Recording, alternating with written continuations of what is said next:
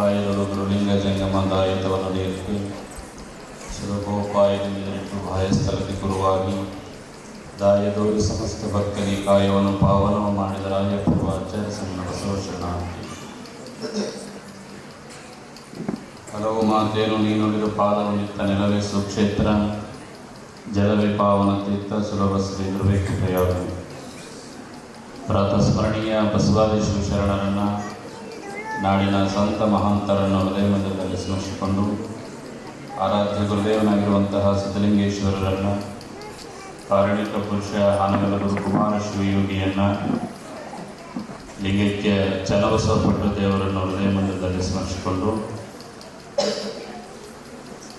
ಸದ್ಯದ ಪೀಠಾಧಿಪತಿಗಳಾಗಿರುವಂತಹ ಪರಮ ಪೂಜ್ಯ ನಾಡೋಜ ಡಾಕ್ಟರ್ ಬಸವಲಿಂಗ ಪಟ್ಟು ದೇವರ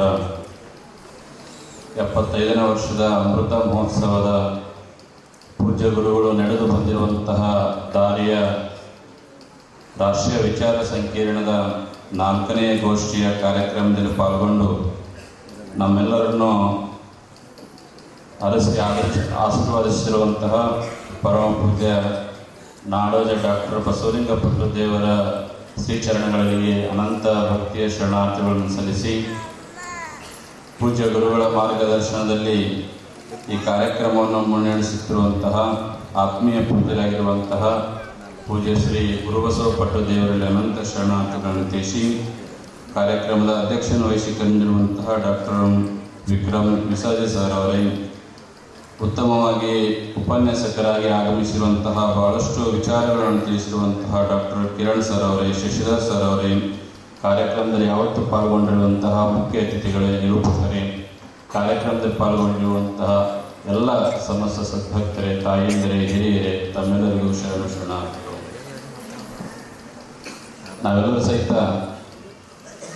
ಶಿವಯೋಗ ಮಂದಿರ ಸಂಸ್ಥೆಯಲ್ಲಿ ಅಧ್ಯಯನ ಮಾಡುವಂತಹ ಸಂದರ್ಭದಲ್ಲಿ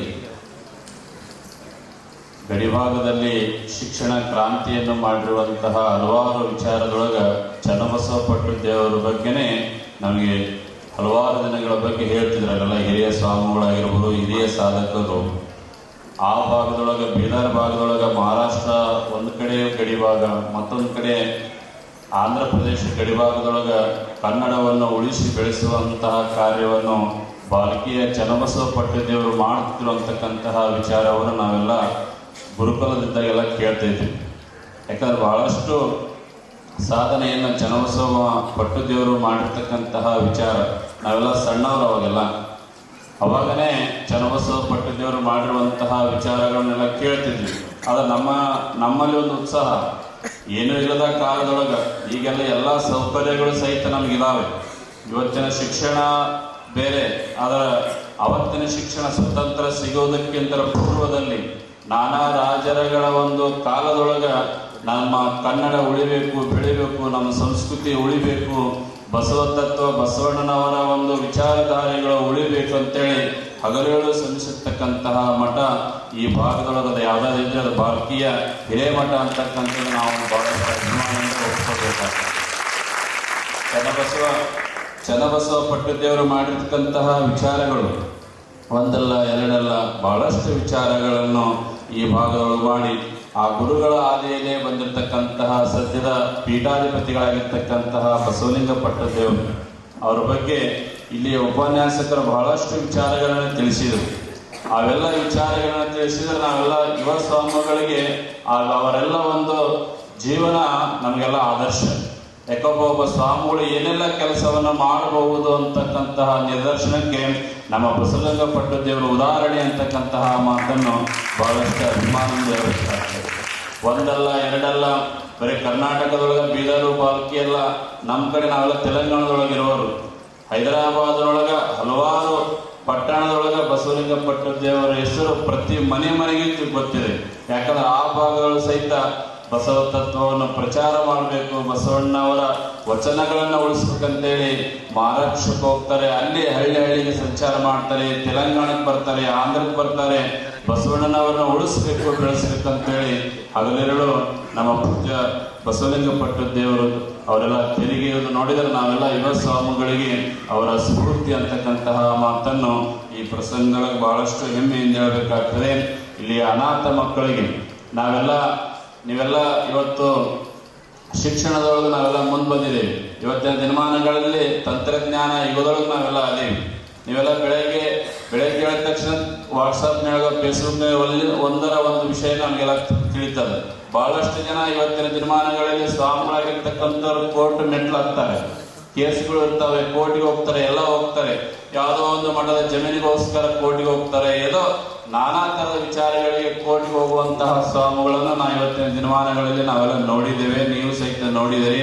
ಆದರೆ ಒಬ್ಬ ಅನಾಥ ಮಕ್ಕಳಿಗಾಗಿ, ಅಂಧ ಅನಾಥರಿಗಾಗಿ, ತಂದೆ ತಾಯಿಗಳನ್ನು ಕಳೆದುಕೊಂಡಿರ್ತಕ್ಕಂತಹ ಅನಾಥ ಮಕ್ಕಳಿಗಾಗಿ, ಅನಾಥ ಮಕ್ಕಳಲ್ಲ, ಬಸವ ಮಕ್ಕಳು ಅಂತೇಳಿ ಅನಾಥ ಮಕ್ಕಳಿಗಾಗಿ ಕೋಟಿಲ ಮೆಟ್ಟಿಲು ಏರಿರ್ತಕ್ಕಂತಹ ಏಕೈಕ ಪರಮ ಪೂಜ್ಯರಾದ ನಮ್ಮ ಬಸವಲಿಂಗ ಪಟ್ಟದೇವರಂತೇಳಿ ಬಹಳಷ್ಟು ಹೆಮ್ಮೆಯಿಂದ ಹೇಳುವಂತಾಗ್ತದೆ.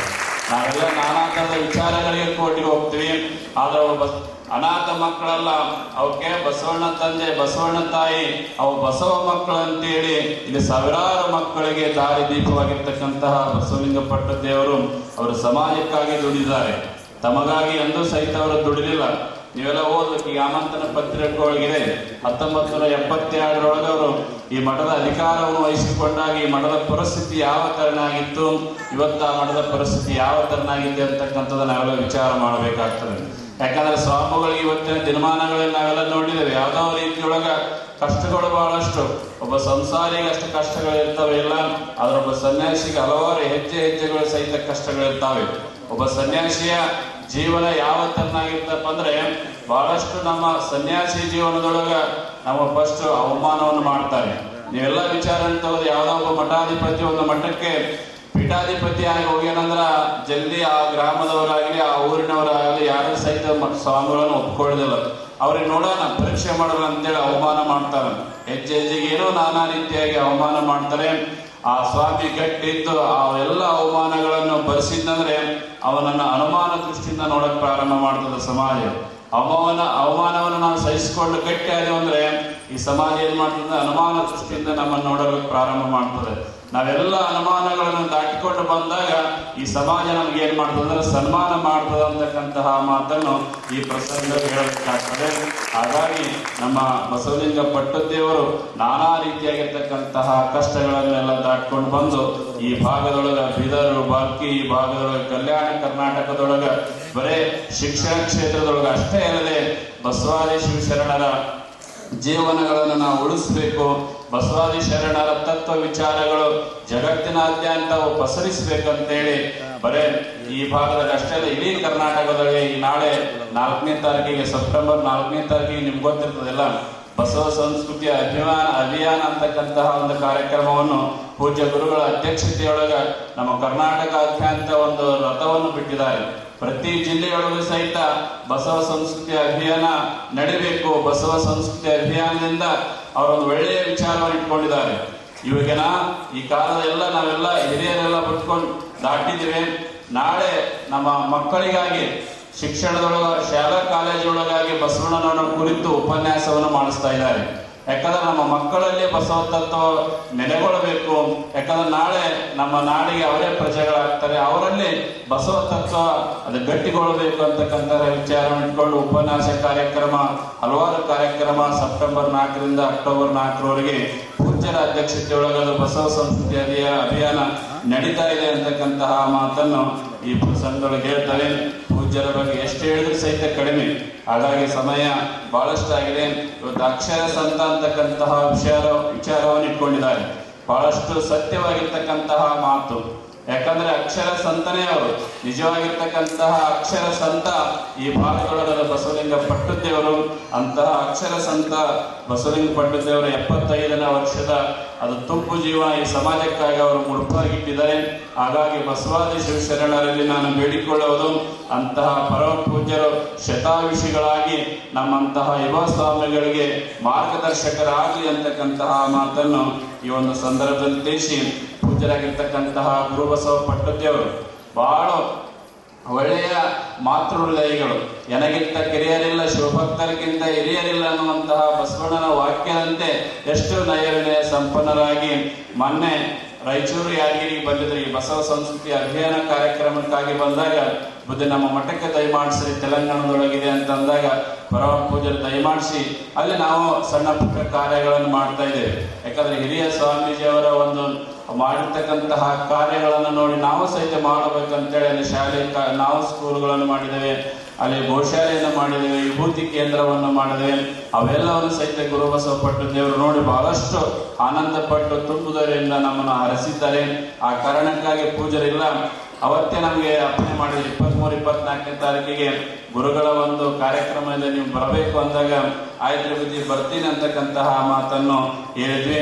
ನಿನ್ನೆ ಈ ಕಾರ್ಯಕ್ರಮಕ್ಕೆ ಬರಬೇಕಾಗಿತ್ತು, ಅನಿವಾರ್ಯವಾಗಿ ಅಮಾವಾಸ್ಯೆ ಕಾರ್ಯಕ್ರಮ ಇರೋದ್ರಿಂದ ನಿನ್ನೆ ಬರೋಕ್ಕಾಗಲ್ಲ. ಇವತ್ತು ಈ ಕಾರ್ಯಕ್ರಮಕ್ಕೆ ಬಂದು ಈ ಎಲ್ಲ ಕಾರ್ಯಕ್ರಮವನ್ನು ನೋಡಿ ಬಹಳಷ್ಟು ಸಂತೋಷ ಅಂತಕ್ಕಂತಹ ಮಾತನ್ನು ತಿಳಿಸಿ ನಮ್ಮನ್ನು ಇಲ್ಲಿ ಕರೆಸಿ ಗೌರವಿಸಿದ್ದಕ್ಕಾಗಿ ಮತ್ತೊಂದು ಸಾರಿ ಪೂಜ್ಯರಿಗೆ ಅನಂತ ಶರಣಾರ್ಥಿಗಳನ್ನು ತಿಳಿಸಿ ಮತ್ತೊಮ್ಮೆ ತಮ್ಮೆಲ್ಲರಿಗೂ ಶರಣಾರ್ಥಿಗಳನ್ನು ತಿಳಿಸಿ ನಾನು ಮಾತು ವಿರಾಮ.